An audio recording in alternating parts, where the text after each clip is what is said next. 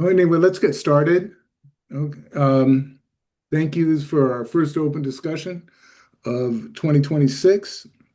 My name is Bruce Johnson. I'm chair of the Open Discussions Committee, and I'm going to read a land and labor acknowledgement, which we do before every open discussion.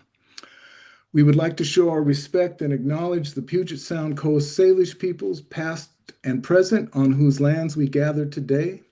The Suquamish Tribe and Muckleshoot Indian Tribe are federally recognized Indian tribes of Greater Seattle under the treaties of Point Elliott and Medicine Creek.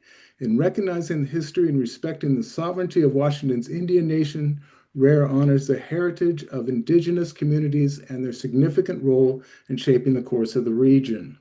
Further, we respectfully acknowledge the millions of enslaved Africans who provided exploited labor on which this country was built with little or no recognition.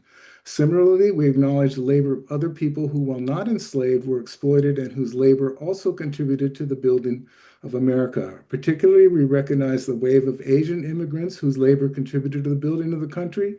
We acknowledge the millions of Latino and Latina immigrants who came here and, among many other endeavors, work at times under brutal heat to harvest the fruits and vegetables that feed our country and parts of the world. And one more thing.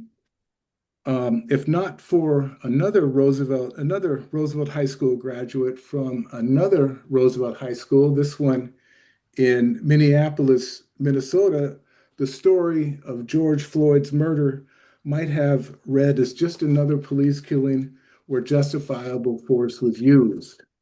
Instead, the video was shot by then teenager Darnella Frazier, who exposed police brutality in its most horrific form by showing the world the brutal, senseless, and tragic killing of a handcuffed man who pled for his life, and setting off what would become a racial reckoning around the country and the world.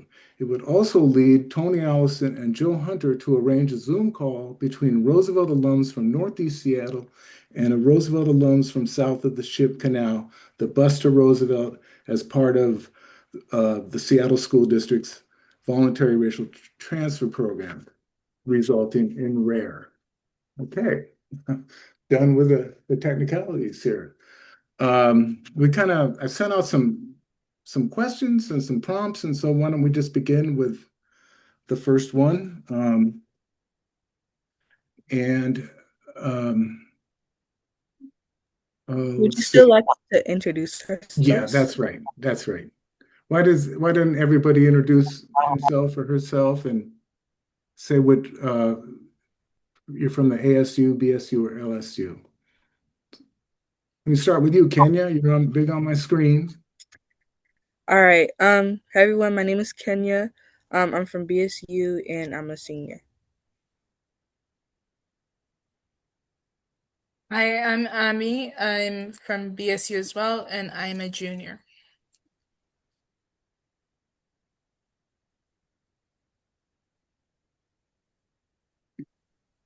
Somebody go ahead.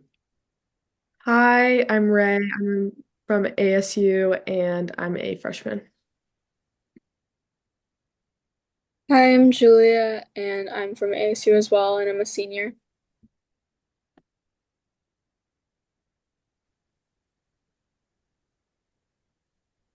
Hi, I'm Isabella. I'm from LSU and I'm a junior.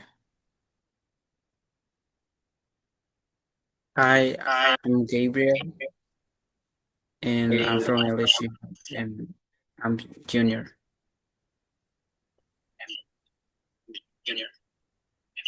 Thank you. So good. Got everybody? Okay. Could one of you from the BSU kind of explain what your organization does, just briefly? Um,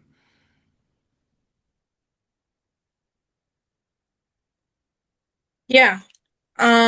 So in BSU, we basically hold space for Black students to come and like kind of be together, and we plan events around like Black History Month, Black Lives Matter Week, and other like kind of fun events for us to be together in. We also like invite other students that aren't Black students to learn about Black culture and Black history um, through the club.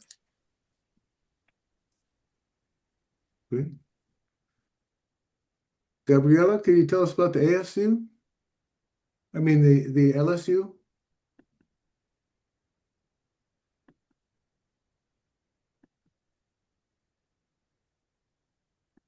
I thought I saw her. Anybody like to speak for the LSU? Isabella? What you guys do? Yeah, so we try to connect with to make Hispanic students feel connected with each other, and we try to invite students of other races to know more about Hispanic culture and to recognize that we have a space in the school too. Great, thank you. Ray or Julia, speak about the ASU. ASU, we try to make a space for Asian identifying students to kind of connect and, meet together and talk about their experiences and just have a shared environment where we also invite people of different ethnicities to also learn about Asian culture. Great, thanks. Thanks. I'm going to throw out these questions and you can respond, please, at will, if or put a raise hand emoji. I don't care. It's pretty open discussion here, and that's what we like, free flowing. Please feel free to speak. Our first prompt is, what part of your group is being honored and celebrated in your education?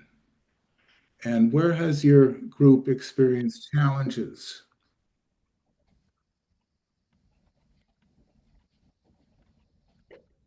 I think some of that has to do with curriculum, whether you see uh, some of your ancestry, your heritage in the curriculum is taught.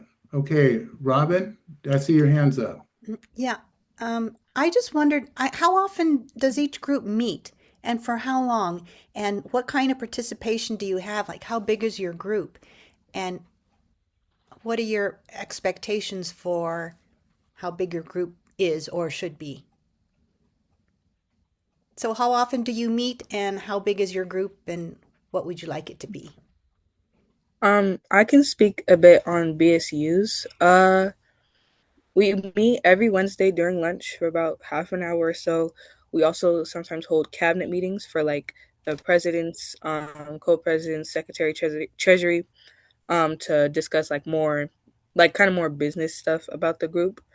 Um, I think we have about a bit over 30 Hmm. people enrolled in our group, or like technically in our group, but the attendance varies for each meeting.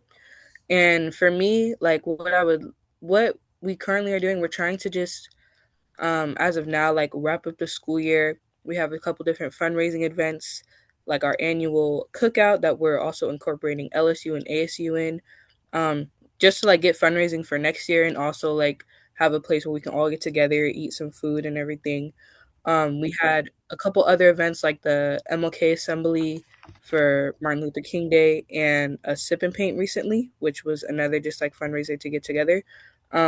Personally, I would like BSU to be like I want more people to be in BSU because there's a lot of um BIPOC students in general at the school, but I see like a lot of different like black kids at the school and they don't go to the BSU. Like they may know about it. Even some of the people on the list for BSU know about it, but they may not go to the meetings. They may not be as involved. So I would honestly just want more involvement. And that's what we usually try to do, like figure out how we can get more involvement in our club.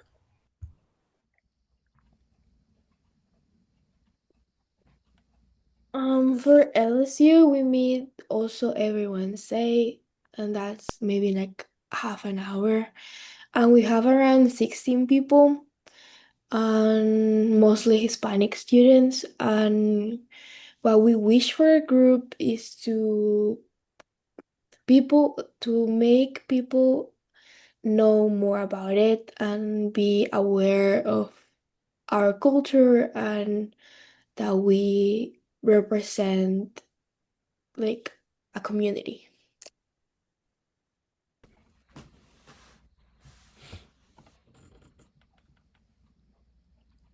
For ASU, we also try our best to meet weekly, and we also have um events that are like after school, like our rice days, and of course like the fundraiser things like um Kenya had mentioned. And I think we have signed up almost 40 people, and majority Asian students, but we do have some non-Asian students as well, but not as many. Thank you. I'd just like to comment on, I guess, like the kind of dynamics of people attending the group before we go to the question. I think for all our clubs here this year we changed to kind of like one lunch. I mean, we did it on Wednesday anyway, but Wednesdays are only lunch where we're all together at the same time. And so it's really affected our attendance as well because every single club in the school is trying to meet on Wednesday. And so students will maybe pick one club over another, or like they'll be like, this is the only day that I have to go eat with my friends from all grades. So it's really like kind of taken a tank for our attendance across all clubs. But LSU or ASU can speak to that if it's different for their club.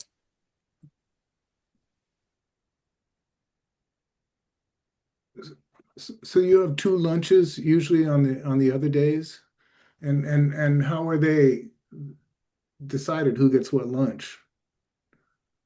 Generally underclassmen get first no second lunch, and then upperclassmen get first lunch, but it's mostly decided by your fourth period. But that's kind of like the majority demographic is underclassmen second lunch. But everybody eats together. The whole school eats together on Wednesdays. Yes. Mhm. And and and that's people don't want to miss Wednesdays. They like, yeah. Well, Yeah. I don't know why they don't go to one single lunch, but what do I know?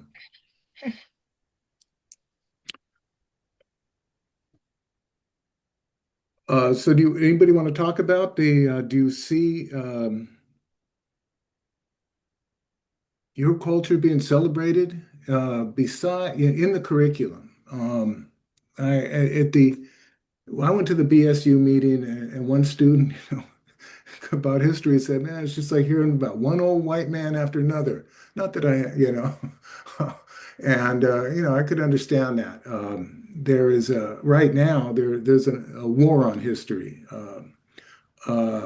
This country was, with the exception of indigenous people, this country was built um, by immigrants whose ancestry uh, comes from all over the world.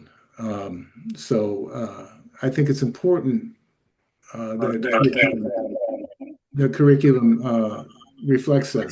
Do you see that? Is it, your cultures being identifying with the curriculum? I can speak a little bit to that. From the time, because I am a running start student, so I don't take classes this year. I haven't taken any classes but one at Roosevelt, but last year I took 4 classes there, and just in like other schools, like even at Garfield.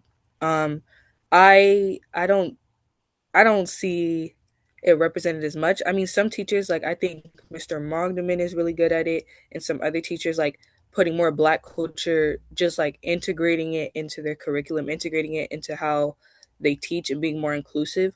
But most teachers don't. And even when we had like our we had a unity in the community like week, and we tried to, or maybe it was for Black Lives Matter week.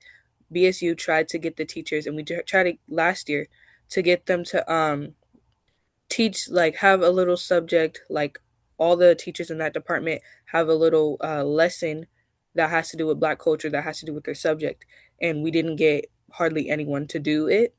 um it may have been on our part, like bad planning, bad timing, but they also just weren't really willing to put in the effort to try to incorporate a good lesson. And even if they did, like in the past, I know Nuna and Tamara, they mentioned like even if they um, do a lesson, it's very like bland, it's very boring. It's not actually something that you want to listen to. It's just another history lesson.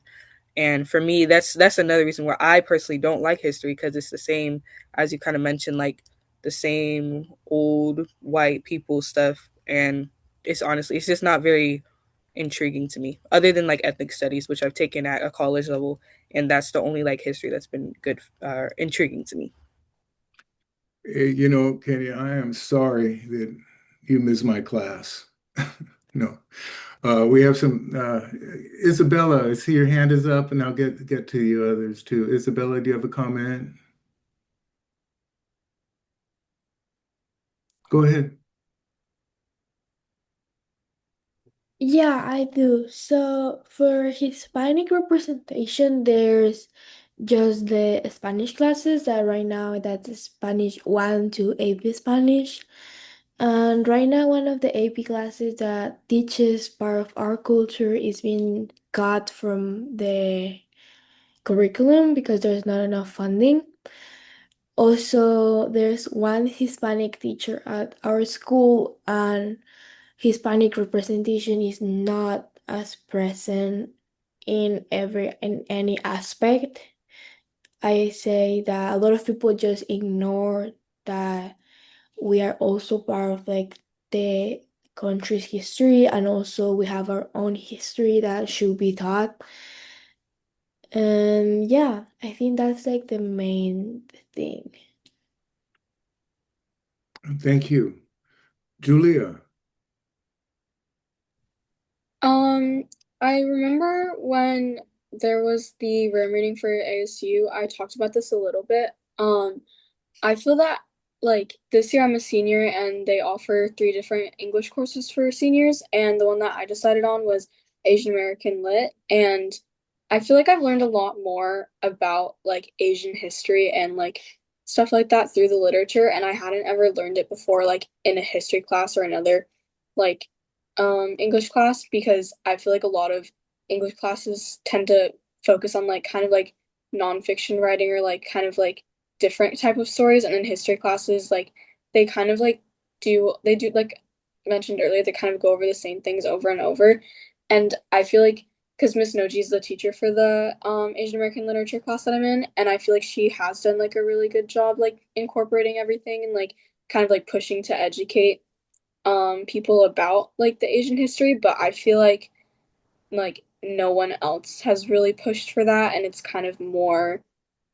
been more so like kind of dismissed, I guess, or people don't address it as much because like they don't know about it either, and I feel like that's kind of like a problem that I've noticed before.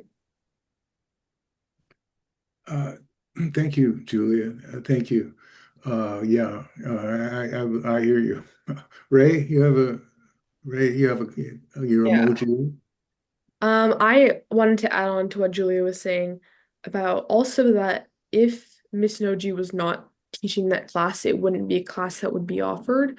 I think you can correct me if I'm wrong, but I think we are the only school in the district that offers that class. And to me, I think that's just really that's just really unbelievable. I'm like, this is a class that teaches people about, it doesn't seem like it would be too like specific and one of those classes that, nobody wants to take. I think that it should be something that is in more schools. And I am really grateful that Miss Noji is offering that class and that she sees that there is a necessity to teaching that course, because if she was not, then it wouldn't be a class that would be offered. You know, I saw her library up there, and there looked like a lot of great books, and I'm glad that she's there too. Abby, I see your hand up there. Yeah, I think like Kenya said, the kind of black culture or like black thing, it's like recognized in some ways, but it also like misses the mark in a lot of ways. But beyond just like black culture, I think even from like being on the DI team of at school or like trying to help with the racial equity team, um, at Roosevelt, it's kind of like a spoon feeding almost of um representation, and like people only recognize it when there's need to do it, or like it's like almost pushed to them or forced on it. Like last year we really pushed hard for Black Lives Matter week to have lessons for them, and some teachers did that. This year, like Kenya said, we tried to work with the teachers and tried to like kind of give them more leeway to see what they want to do. No teacher very few teachers participated, maybe four at most. And it kind of like how Ray was saying, Asian American studies would not be like a subject if Miss Noji didn't teach it. So it's kind of like the representation is riding on the backs of these certain people, and if they were not there, then people would be comfortable ignoring it. Um, and so I've seen that even like in our student government class, unfortunately, like they have a DEI team just to say that we have a DEI team and they deal with DEI. Um, but it's five students of color being in that DEI team, and the entire school's kind of diversity and inclusivity is riding on their backs. And we've seen it this week actually. It's like Asian Pacific Islander Month. Um, and the DI team, most of us were out this week. No recognition was made in the school. No post was made on social media for Asian Month. And we asked, hey guys, why didn't this happen? And they were like, well, that's the work of the DEI team. So if the DEI team was not there, they're more than happy to kind of just let the month pass by, kind of like how we let Arab American Heritage Month pass by last month. Thank you. Let's see. Okay.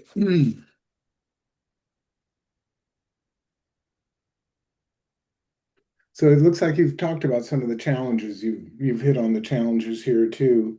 Um, Most of you have uh, watched Rare's documentary about the voluntary racial transfer program of the 60s and the 70s. What are your thoughts about racial equity today? What, if any, has changed from uh, the 70s? And we talked a little bit about this, culturally before we started, but what did you think of the documentary and how it pertains to what you students are seeing and feeling today?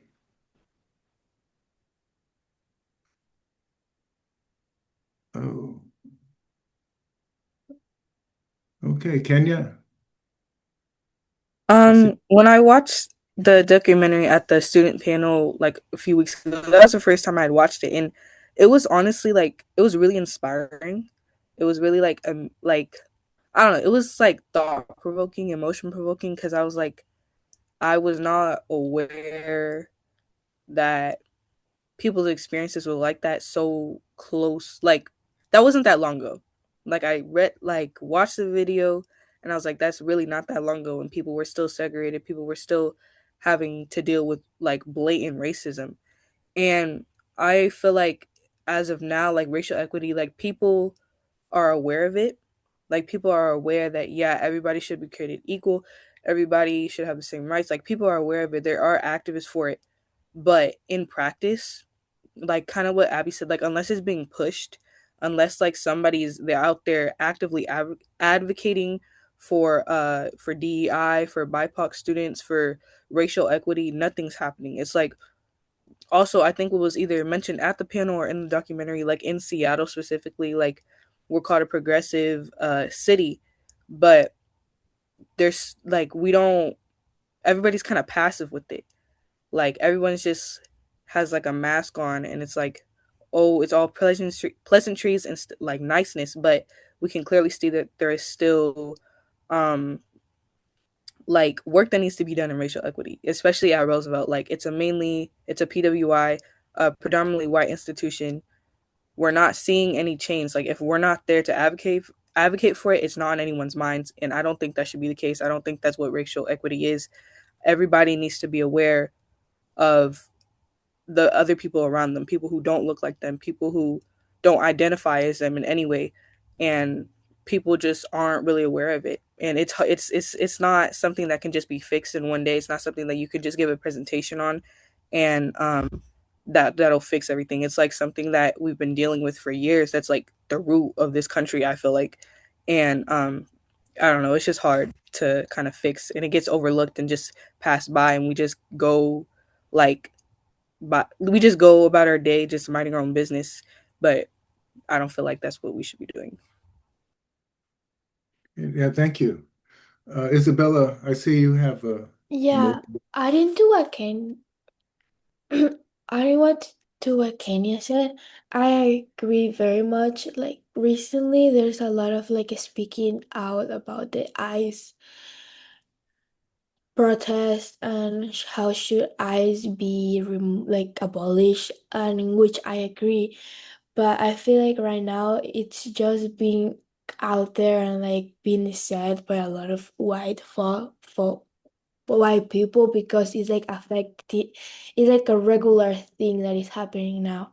But if it wouldn't be happening like in massive deportations and massive discrimination, it wouldn't be as important and it would be just overlooked as also microaggressions that might happen in schools, in work, and micro like tiny aggressions like racism, like oh you shouldn't be here and stuff like that.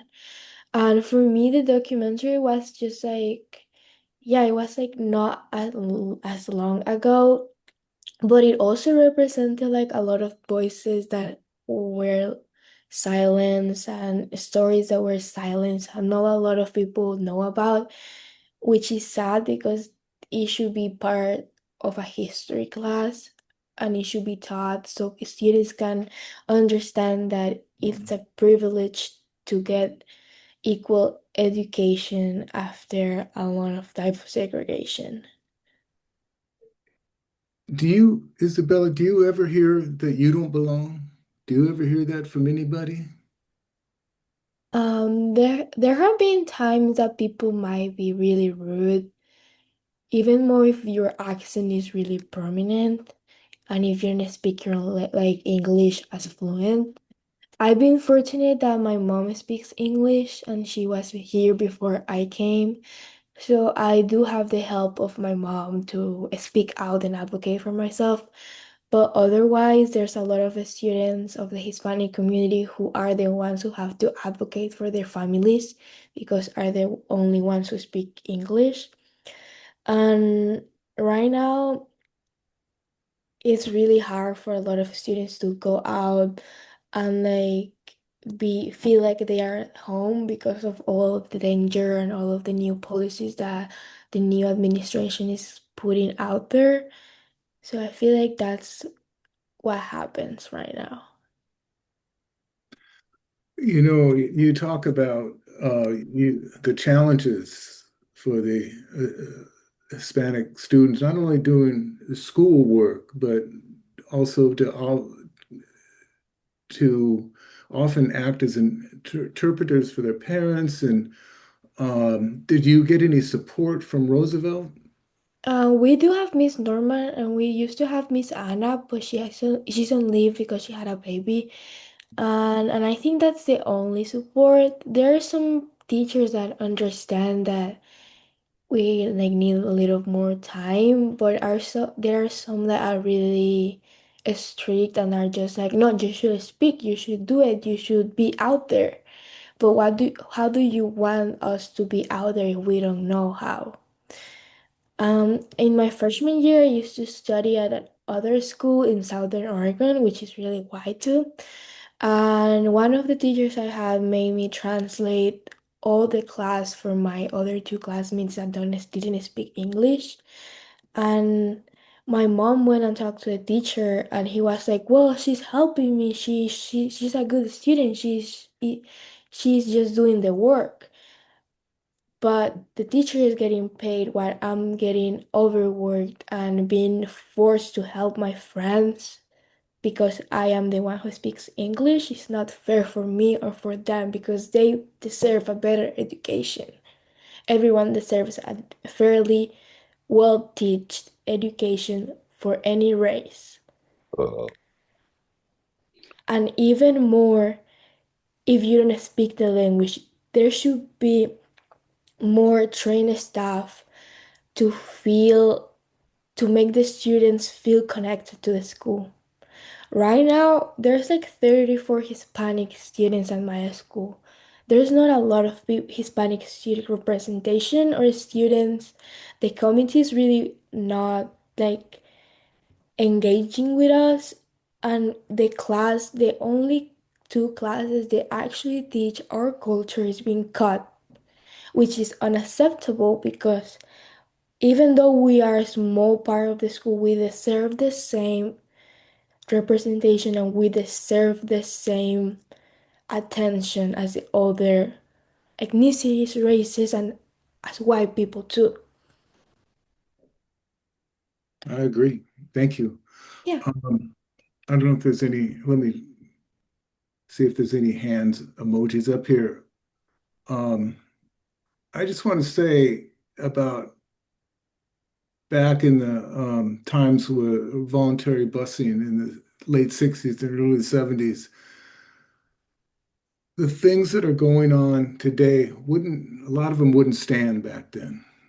They just, there, there was a more, it's indecent uh, of what, a lot of what's going on with ICE in these communities and terrorizing hardworking people. You know, it's just it wouldn't have flown. It wouldn't have been okay. It was racially segregated back then, and there was bad stuff, but I see what's going on today, and I say, what happened? What happened? Okay, Kenya, your hand is up.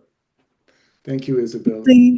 To kind of add on to what you just said, like I was thinking kind of the same thing. Like I feel like when I look back on the past, like the 90s, even like the 90s, like my parents, when they were around, like everybody cared about each other. Even if there was segregation, obviously, which there were, uh, like before that, and even like in the 90s or whatever, and even now, like everybody I feel like was still like decent human beings. I feel like now people have social media, people have their phones and everything, and everybody's just like separated into themselves, and nobody really cares about anyone else unless it has to do with them.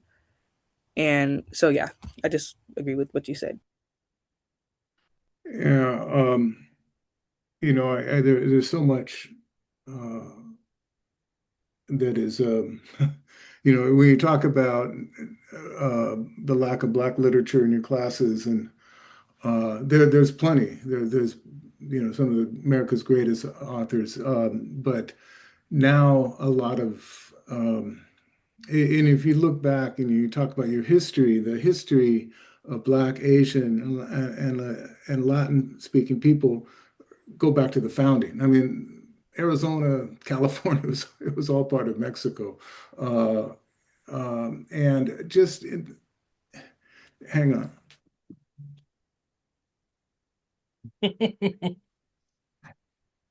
Just I just want to say that uh, 400 years ago, when the first Africans came here in 1619, 400 years later, this book with a bunch of great essays by a lot of people came out, and it's banned. in certain state legislatures. That's how insane it is. So we have to rise above this. We're a little bit, and I'm hopeful because of people like you and this group. Um, Anybody else have any questions or prompts you want to say? Any of the comments? I can move to another topic. Okay. Well, thank you. Um, okay. What are your expectations and desired outcomes from the adults in your education life, particularly as it pertains to your group? I think Isabella talked a little bit about that quite a bit. Actually, quite a bit about it. If anybody else wants to comment on that, like she said it firmly, and I agree. Abby? Yeah, I think kind of like some expectations that we have, that at least I have for some adults, is um make like kind of in school we have a lot of adults that just like see what happens and then they stay quiet about it, or they see what happens and they make light of it. Um, and I think that's really harmful to the people that are being affected by it, especially like students. Like you can think that it's a big deal, but you don't know how to voice it because like as a black student, I can go say there is a racist undertone in Roosevelt. But that's all there is. It's like under like you can't pinpoint it because it's, you know, something that is seen as small or is just like flies under the radar.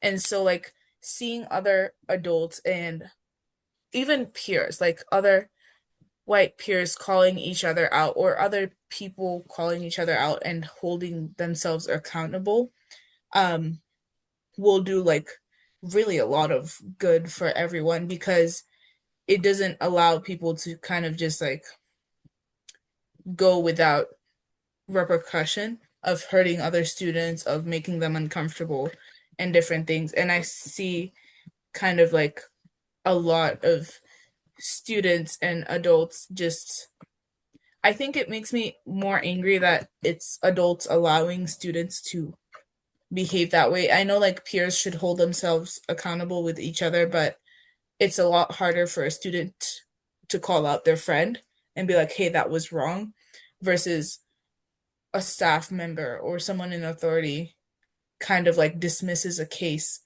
of like discrimination that was brought to them, and they're like, okay, they've apologized, they've said sorry, like they just kind of dismiss it, and it just allows for it to happen again and again and again. um and I think just being aware and enforcing kind of, or like showing the lead to follow of like basic respect for students and rules of the school to make everyone comfortable. Thank you, Abby. Vivian, I see your hand. You got an emoji there.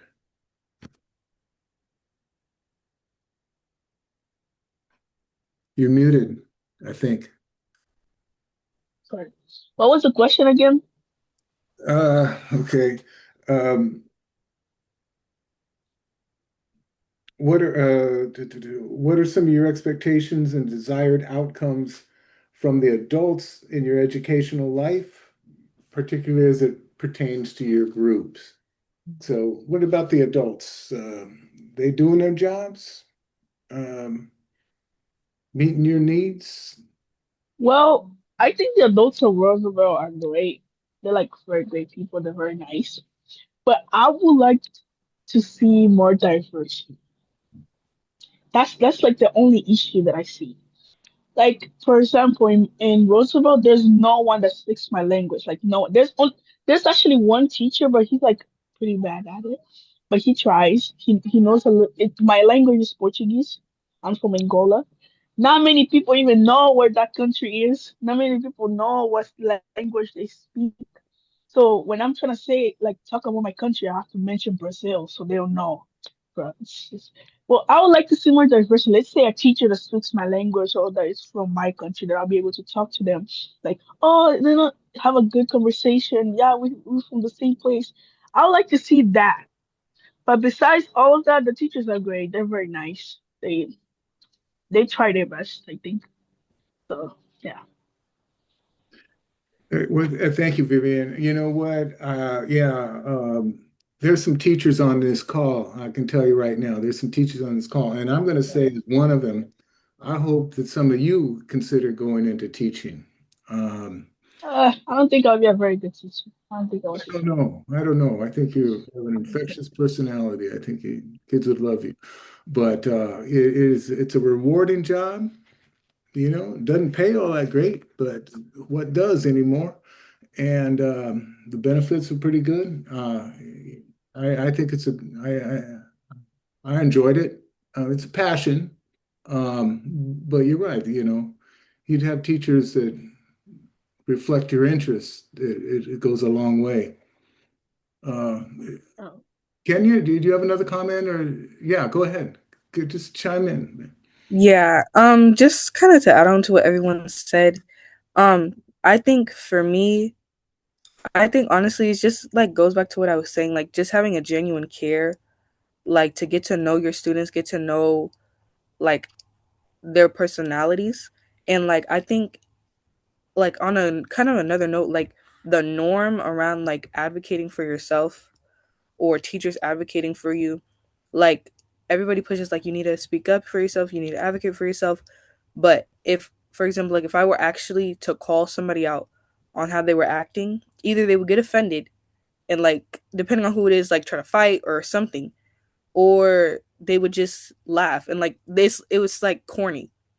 Like I feel like the norm around like advocating for yourself, like being a good person for some reason is not like there's no norm around it. Like people just act however they act, and then if you try to be like I guess like the hero or whatever, like you're seen as corny, you're seen as like kind of like an outcast, I guess. And so I think it goes beyond just like people advocating for themselves and like getting to know each other. Like obviously that is great. Like more diversity in the schools, of course, like more um people of color or just people who have been from different backgrounds that haven't just stayed in Seattle and grew up in Seattle their whole life and that's all they know. Like people from different backgrounds who've gone to different places, actually interacted with different cultures and know how to interact with different people. Um, I think that would be very helpful, but also just the norm around like what it means to be like a contribution to your school, to your community, to your peers and everything. Like to be a leader. Like I feel like everybody should be a leader. I feel like everybody needs to be stepping up like that, and that's just not the case. Okay, thank you. Anybody else, the panel have any questions or concerns? I don't want to hog them all. I do want to say, in regards to Vivian and Isabella and the rest of you, that yeah, being able to navigate Roosevelt in a language that you've just recently learned is a tremendous accomplishment. Um, and you know, getting through high school alone, just with in your native tongue is difficult enough, but to do it in another language, you know, it's just an incredible task. And you should be very, very proud of what you've done. And thank you for joining our panel tonight. Um, okay, I'm just searching for the hands. Um, okay, we've talked about supports. What has been successful with the Roosevelt in regards to your groups? What has? I mean, obviously, you're the ASU, BSU, LSU. That's been very good. Um, Anything else outside of that? It sounds like the curriculum could be far more inclusive. But how about extracurricular activities? Anyone speak to that?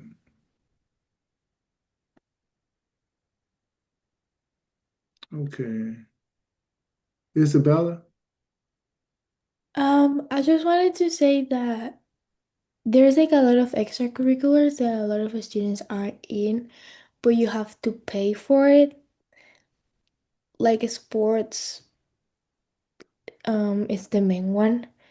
I feel, yeah, you have to pay for ASB, I think, and that's like $75. But you can apply to like scholarship or something, but it's still like a lot of students don't know about it and they're like, oh, I can't do this sport because I need to pay for it. And some might be in a struggle or might feel that that's too much, so they just hold back and don't do it. Also, that most of the stores, the sports are mainly white, like most of it, like mostly all. I do swimming, gymnastics, and water polo.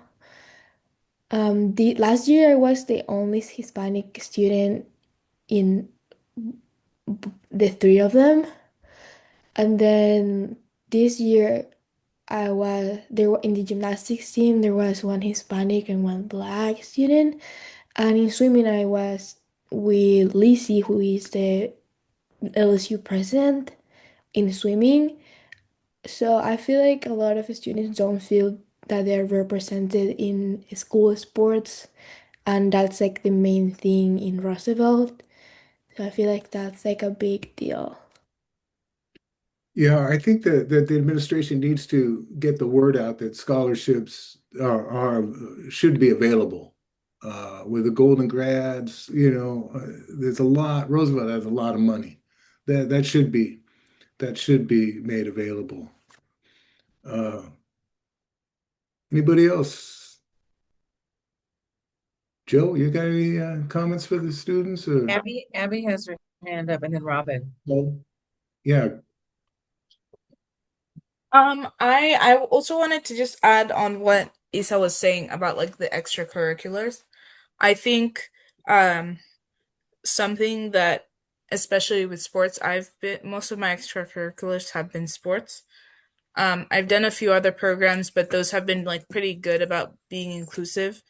Um, However, like things like sports in Roosevelt, I think a lot of it comes from the fact that most students start these sports when they're young, or most of these students were in the same middle school team together, or they were in the same thing together. So when you come into a sport, um, even like it's easier for them to absorb other white students or kind of like white conforming students, I guess, into their kind of circle or like clique, um, rather than other students of color.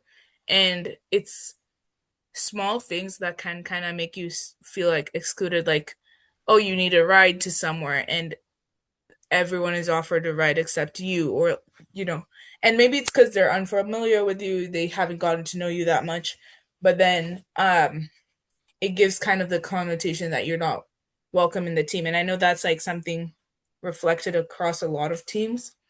Um, but the idea of who like accommodations to make the student not just like fit in like financially, but how do you then like support them being absorbed into that team and become like truly like a teammate like any other.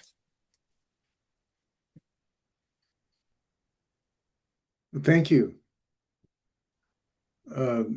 Robin, I see you have a hand up.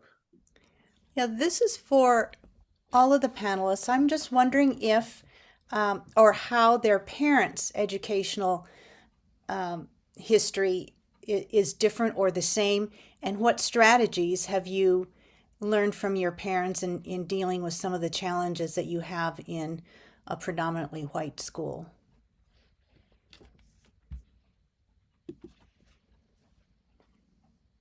Kenya, I can kind of speak to that. So my dad, he's actually a teacher at a middle school in the Mokateel school district.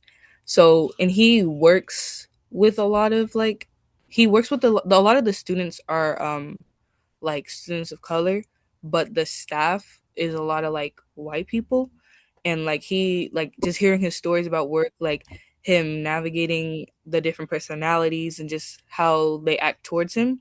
um I guess that just kind of gave me insight on how to kind of deal with that myself. And also like my background, like I wasn't raised fully in the United States. Like I was raised in different areas of the world. Like I saw different cultures. So I think for me, it's easier for me to try to relate to other people and be comfortable with other people. And also my parents, like they went to school in Arizona, and at the time, and I think even still now, like it was mainly white people. And like just hearing like my mom, especially like her struggles being like the only one of few black people in her school, like I don't know, just like hearing those stories and knowing like they also understand what I went through or what I go through, and like have some insight on how to deal with it, I guess it's been helpful. Thank you. Ray, I see your hands up, your emoji. Um, for me, my mom, she grew up in China, so up until like she was 20, she wasn't really surrounded by too many white people. Her entire class was mainly people who were Chinese. But when she moved here, she had gone to like a predominantly white college. And one of the things that she had learned there that she had kind of, in different ways kind of passed along to me is that, to advocate for yourself and to speak up and to not let yourself be, silenced and to make sure that the things that you need to help you be successful are being heard and to not let anybody else stop you from saying that. Great, thank you. Isabella?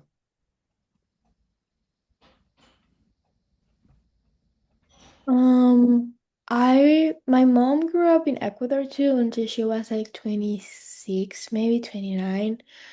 And she struggled a lot when she just came here and then she entered to college.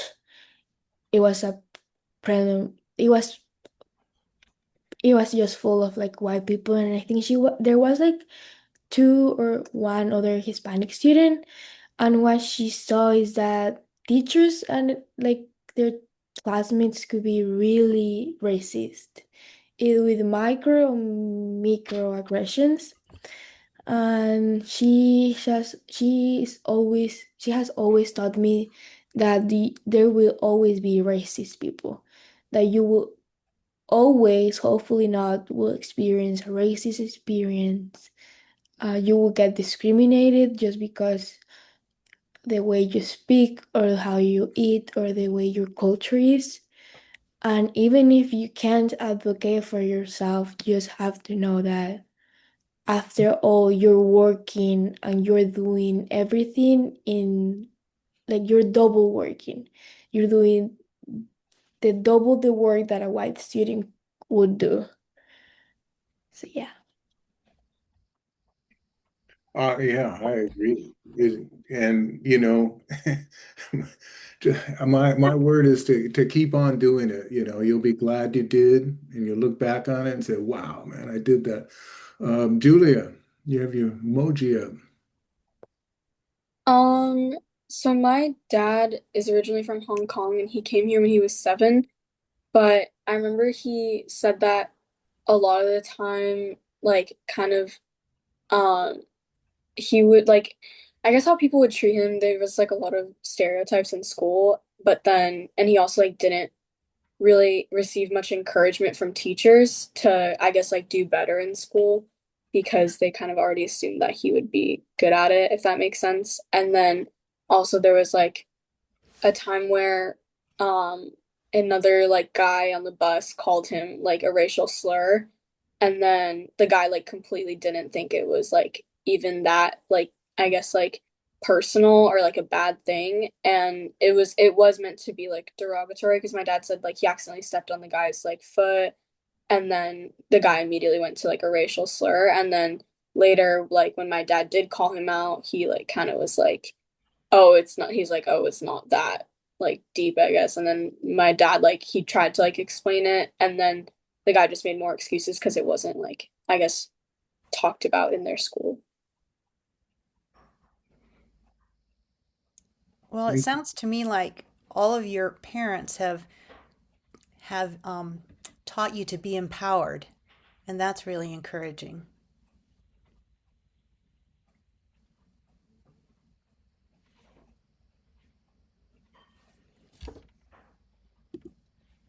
We were talking about attendance at the on the panel after the showing of the rare documentary, and um, I was kind of surprised that uh,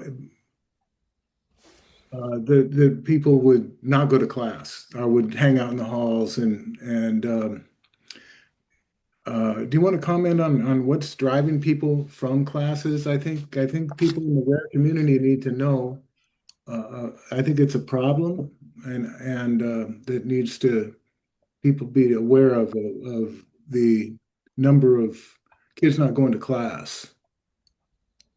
You guys talked about it in April, and I thought that was very interesting. And I think the rare community would like to hear about it. Kenya? Yeah, I can speak to it. I know some people that I know, um, one person in particular, like he doesn't want to go to one of his classes because the teacher is like actually racist against him and the other black students in that class. Like he feels like other students see it, like he's trying to advocate for himself, going talking to a teacher about it, talking to counselors, like trusted adults at the school, and nothing's really happening. Like he feels directly targeted um by that teacher, and that has caused him like just to not want to be in that class. And I know just like other experiences, like honestly, like the class, it could be boring, which I know that's not an excuse, obviously, but like it could be a boring class, or there's nobody else in that class that looks like you don't have any friends in there. So you want to go out, walk the halls, and try to see your friends. Um, like, I don't know, just in like that experience, like that's one of the drivers for that.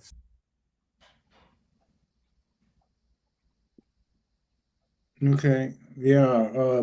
The other thing that came to our attention when Joe and I and Lynn were up at the BSU meeting was talking to Miss Dietrichs, Deborah Dietrichs, about the ninth grade problem. Is that kids being promoted uh, will go to the 10th grade even if they don't have credits. And my question was, are they aware of this? Are they aware that if you don't pass this ninth grade class, you're not going to graduate? I was wondering if you students are all aware of that, so it doesn't come out to bite you.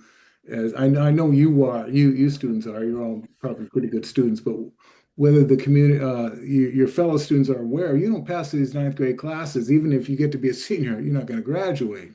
And that, to me, that was astonishing. And I was telling Miss Dietrichs, you got to have a poster. You don't pass this class, you don't graduate. I just wonder, are your peers aware of the ninth grade, this ninth grade problem?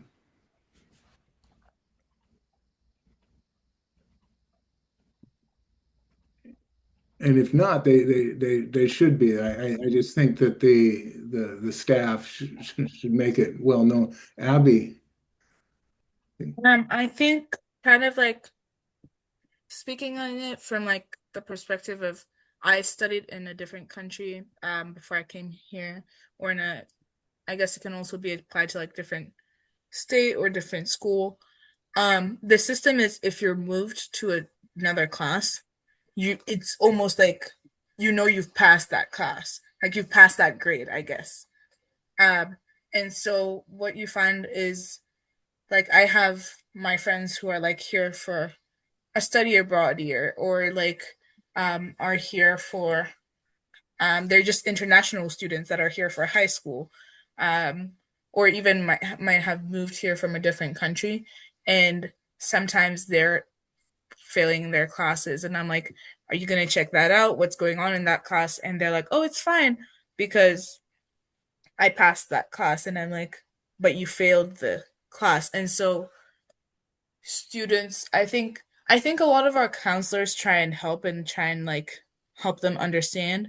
But then it's just not as effectively communicated to them that this is, serious, and like if you don't pass, you can't graduate. And sometimes it's not even the thing of miscommunication. Sometimes they just like aren't doing well in that class. It's not their forte. Um, and then trying to get them resources to then find ways to redo the class or do it over the summer or find ways to catch up on that class instead of getting to senior year and being like, well, you can't graduate, you didn't pass this class.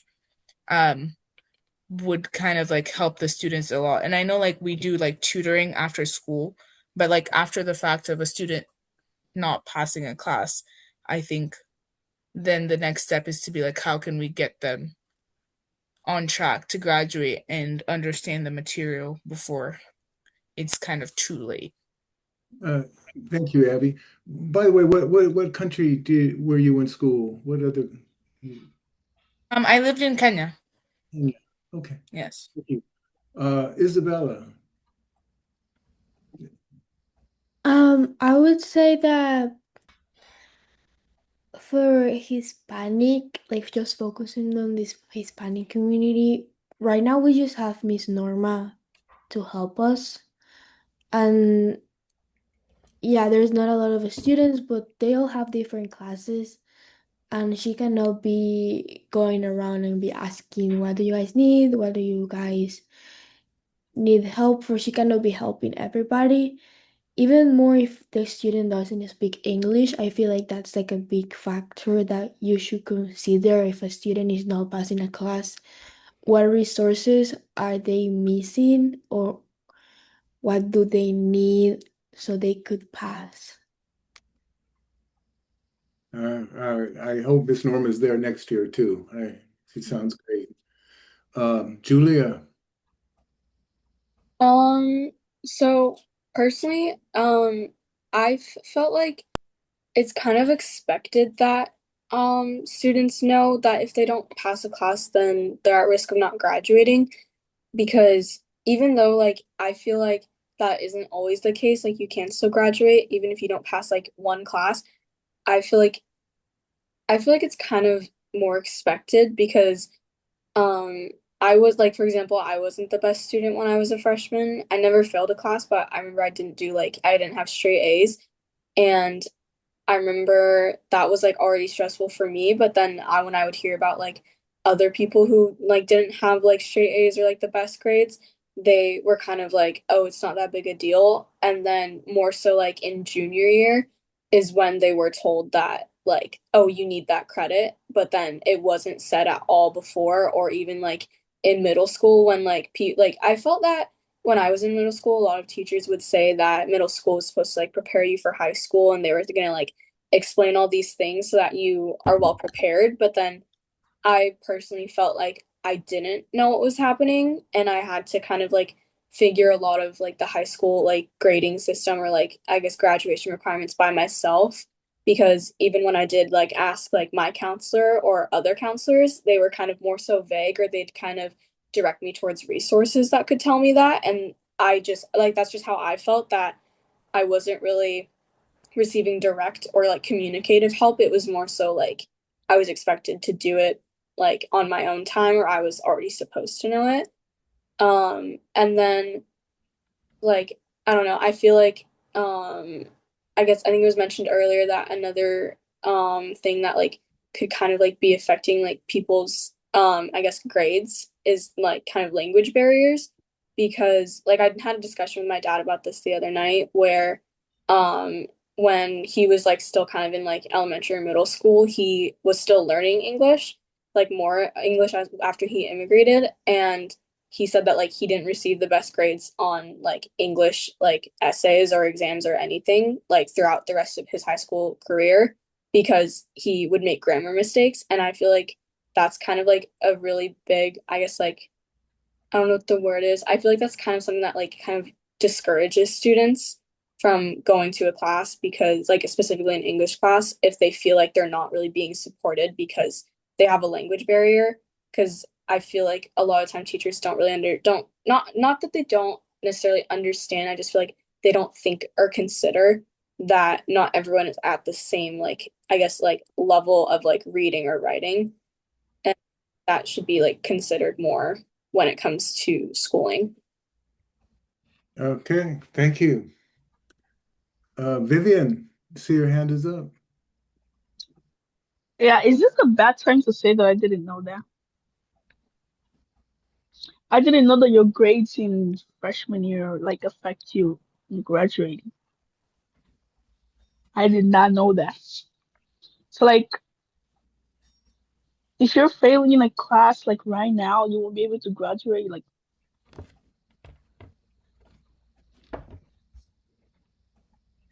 is that for real? Yeah. Bro. Yeah, I'm cooked.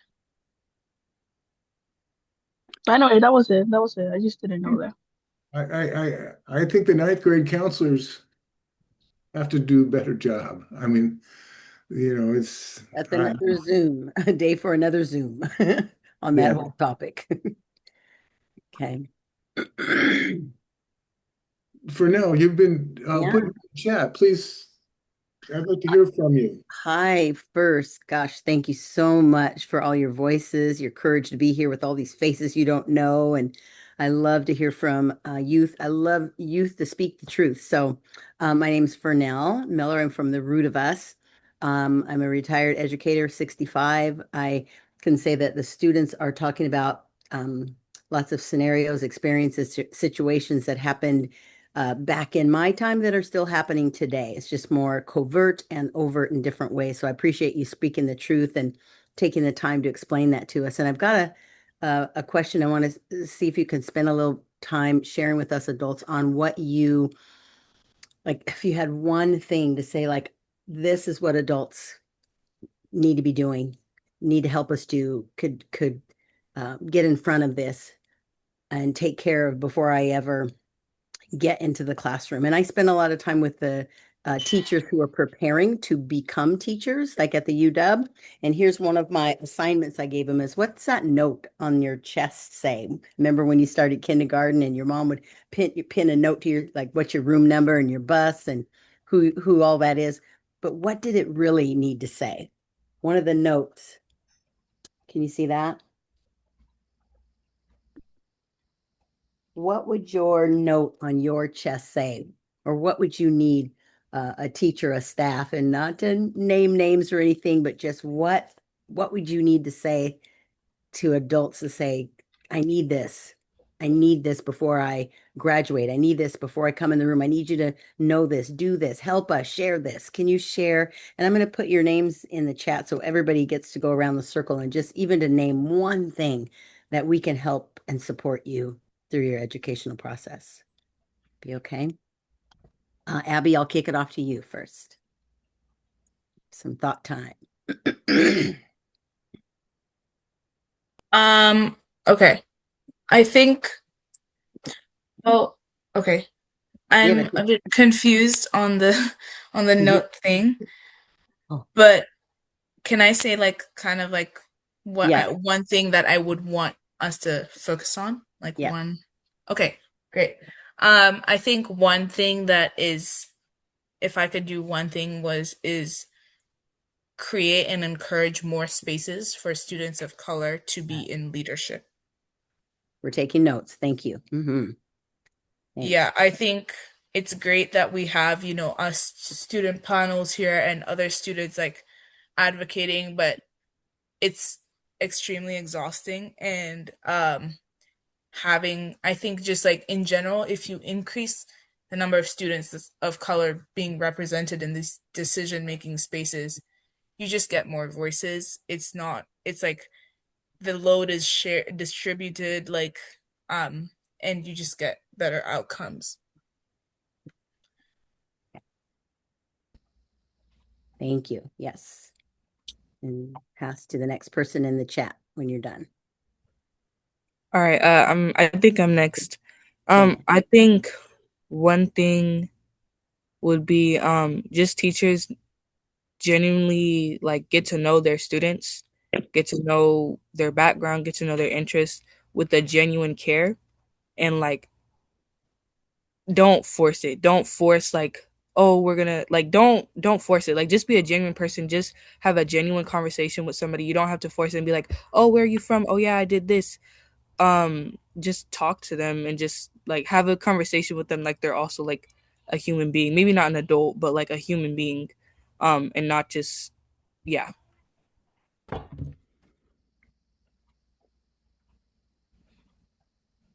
Yeah. Thank you so much. Something that I feel like is would be like important to, I guess, include or focus on is something that I'd mentioned earlier about like language barriers and stuff like that, or like I guess language privilege, because I've seen teachers kind of just only criticize their students if they don't have like the like correct grammar and all that on like essays and everything, and then their grade gets like docked down. And because there's a difference between criticism from teachers and constructive criticism, because I feel that teachers should be trying to help their students like better their grammar or punctuation rather than just like kind of tearing them down for it, especially if like the student like English isn't their first language, or if they do need extra help. Because like one of my friends, like now she's asking me for help because she feels like she can't ask our teacher, and our teacher, she's very supportive, but the thing is, I do feel that sometimes she can be too intense or too fast, or she does kind of just jump to the criticism part, even if she doesn't mean to. And I feel like that is something that teachers like really do need to work on, because I've seen it a lot throughout high school. Yeah. Patience, encouragement. Thank you for that. Yes. And Gabriel, make room in the chat if you or to speak. Go ahead. Thank you. Ya, ve, siento que en mi punto sería sobre el lenguaje, porque pues mi primer lenguaje es el español y pues aunque entienda el inglés no lo puedo hablar bien y pues sería que a una cosa que necesitara sería ayuda y pues la maestra, especialmente Miss Norma, me ayuda y pues siento que necesito más ayuda en mi lenguaje y que me ayude en mis clases porque en algunas clases ella no está y pues sería como que la escuela apoyara más a tener más maestros que hablen más español. Y that's it. Master, thank you so much. Yes. Would you Thank like you me for to being- translate? Yes, please. Great. Okay. I got a bit of that, but I want more. Yeah. Gabriel's first language is English. He said that, I mean, Spanish. He said that he would like more support in his classes with Spanish language and more support learning English. Right now, he only has me, Miss Norma, to support in his classes, and I can't be in all of them. And so he wishes that there were just more educators who were bilingual. Exactly. Thank you. Thank you. And Isabella. For me, I would say I want my teachers to know that even if I speak English, that doesn't mean um it's my prominent language, that I still need help and understanding from them, so they can understand that I still need help and time. Compassion, understanding, always. Thank you. And Vivian. Oh yeah. I agree with Isabella and stuff because even though I do speak English and I understand it very well, I still do need help. Like with my writing specifically, I'm not very good at writing. Reading, I can read all right. So, but like, there's still some stuff that I just don't know. So, I will also want help with that. and you are becoming better at Okay. writing. You're not Yes, slowly. say that I'm translating your words as I'm becoming better at writing. Thank you, Yeah. Vivian. 420. Yes, yes, yes. Thank You're you still all. young, Vivian. You know, you'll be fluent, doing great. You know, You can speak. still young. I told you Did listen to my rare program. Alan, we hear you. Thank you. And did Ria, you didn't get to speak. I'm sorry, I missed your name in the chat. Please take the mic. No, it's okay.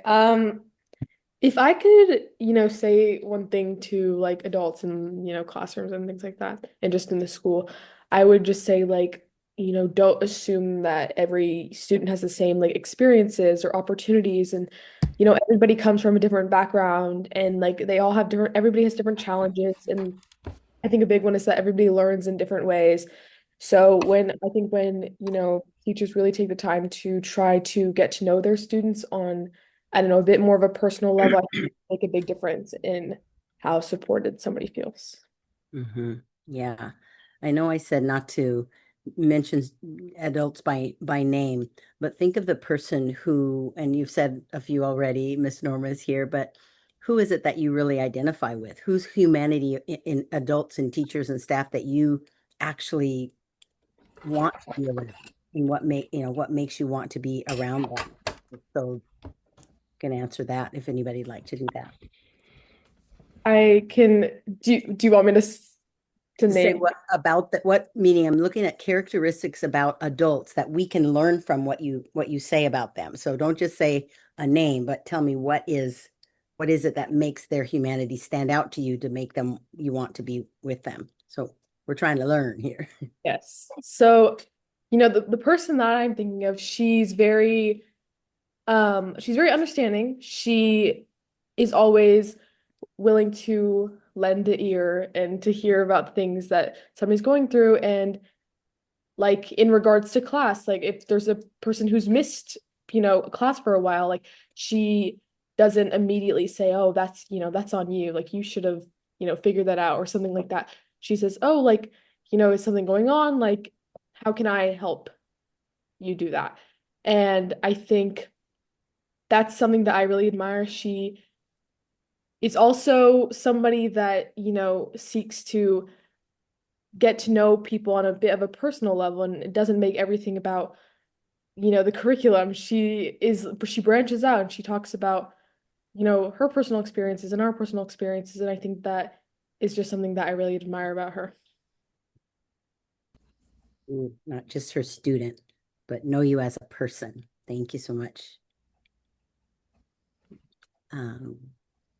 Julia, I see your hand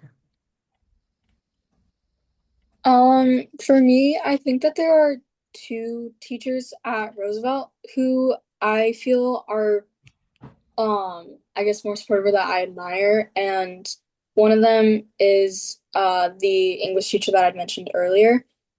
She's very supportive and she makes an effort to definitely like include everyone. Like if she notices that somebody doesn't speak as much because they like kind of because there are multiple people in my class who don't have the same like I guess like language levels as other people, she still like tries to encourage them to talk and she gives them a space to talk. Like if people are trying to talk over them, then she'll literally be like, stop talking. And like I like that she calls that out because I've noticed that a lot of teachers tend to not do that.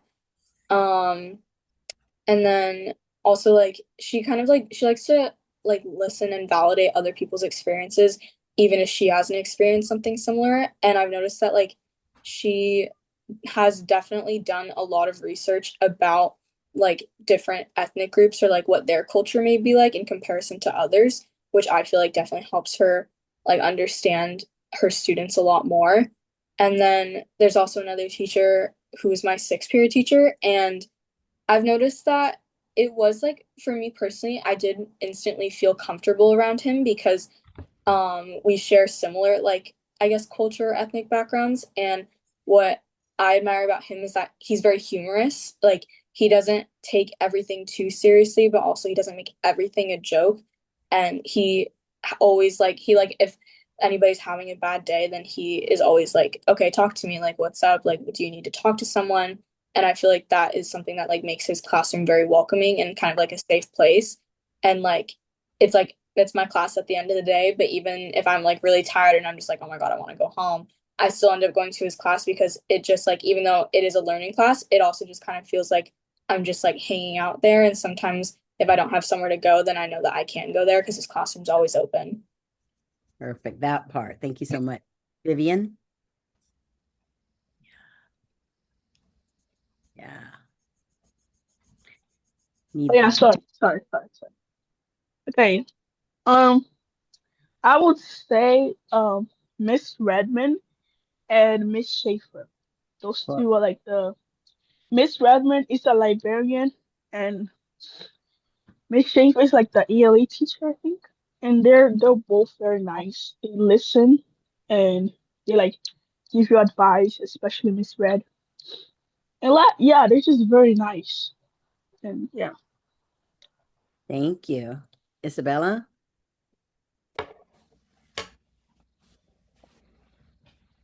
For me, the only teacher that I felt that is like one of the only good teachers that I had since I moved here, it's been Mr. Magaman. He's the Hansford Bridge teacher and USA Ethnic Studies.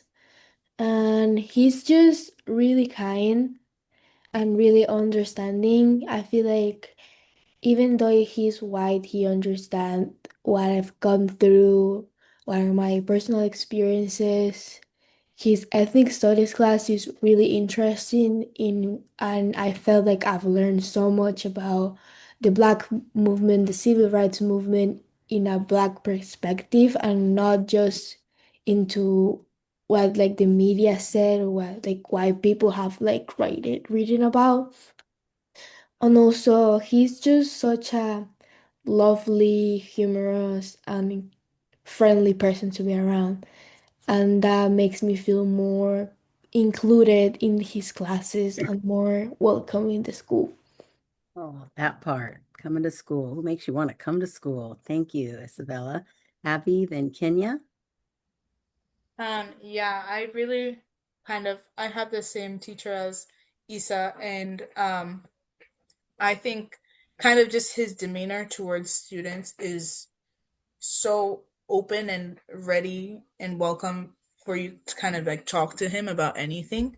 And it truly does make a difference because like I go we're there in the morning, like first period in the morning, and like Isa says, it honestly does make you want to show up and come to class and be better. But then it's also kind of like the kind of teacher that you're like, I can show up and not be kind of like the best version of myself and know that he'd still understand and want to know how you're doing and what's going on.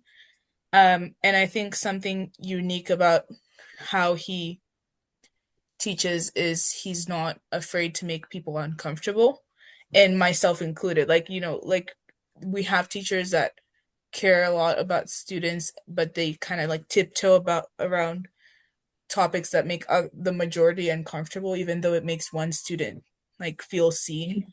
Um, I think he's very ready to talk about something and like hit the nail on the head, and kind of like just to make that one student feel represented and feel welcome in the class, and is very ready to receive anything. Like, kind of, I think there's teachers that want a certain answer from you. Like, you can talk to them, but you're kind of like, you feel like they're expecting a certain answer.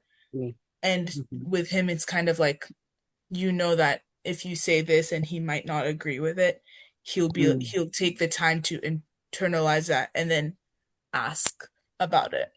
Yeah, you can put the performance down and be real. Yes. Beautiful. Thank you. Well said, Abby. Kenya? Um, my I agree with you just said the like putting the performance down and like being real, like the teachers and staff that like I've been around, like Ms. Redmond included. I think the person that Julie was talking about, I think we have the same person in mind as well. and like just other teachers, like they just been themselves. That's the main thing I've noticed. Like since they've been themselves, I was able to connect with them on things like I wouldn't have known about them if like they didn't like express that, if they weren't showing that part of themselves. Like for me, I'm Christian, and like connecting with other teachers who are also Christian or religious in some way, like just having that conversation with them willing to have a conversation with me and allowing me to open up and like just be myself around them has made like we've been able to connect more because I'm able to be myself around them. And even teachers who maybe like I don't know like their religious background or anything, like I know like Chef DeMayo, like he that was just a really fun class. Like I love his class. Like he was just very just like a fun guy, honestly. Like he was serious about the class, obviously like serious about the work, but he was also very chill. Like it was a very comfortable environment, and he welcomed me when I came to school like a little later in the year. Um and like I don't know, I always felt like welcome in those classes. And for me, like I think another part of it is just like being willing to talk to the teachers. Like they have to have like that demeanor, like make it seem like they want to be talked to, but Right. also like some teachers like you may not know, like some people have different experiences with teachers. Like I Yeah. think like there's one teacher, she's like a really nice person. Like I've talked to her, she's helped me like get connected with things and everything. And other students are like, no, I don't really like her. And I'm like, you just have to talk to them. Like I said, like before, like the humanity, like just having a conversation with somebody with no expectations, no like, oh, they're just gonna try to uh talk to me about my schoolwork or talk to me Right. about how I'm doing in school Right. and all that. Like I don't want to talk, like you don't have Right. to talk about that. You can just like, how's your day? Like just be interested in what they're learning or what they Mhm. know, and they're also interested in what you know and like your experiences. And that's just I don't know, that's been very helpful, like transferring to Roosevelt. Yeah, you said the whole thing with just being allowed to just be and exist and be yourself without having to put on a face, pretend, show up, do all the things. So very well said. Thank you so much. I hope adults are taking screenshots of the notes I put in the chat and put in, like, think of one thing, adults, that you can commit to the youth to doing like today, right now, that could make you a person that they'd want to get out of bed for, show up for, all that kind of thing. So thank you everyone for that. Vivian, I see your hand, but I don't know if you already got to speak or did you have one more thing to say before we close out? Oh, I already spoke. Never mind. Yeah. Both Okay. of Thank you, baby. Fernell, Thank you. thank Yeah. you. Thank you for these questions. They're great, We great way to end the session. we have And so much to learn from you all. Thank you so much. you know, thank you for your questions, and thank you, students, for your thoughts and answers. It's 6:30, and I said we'd call it a day at 6:30. I want to thank you, Roosevelt students, for joining this open discussion.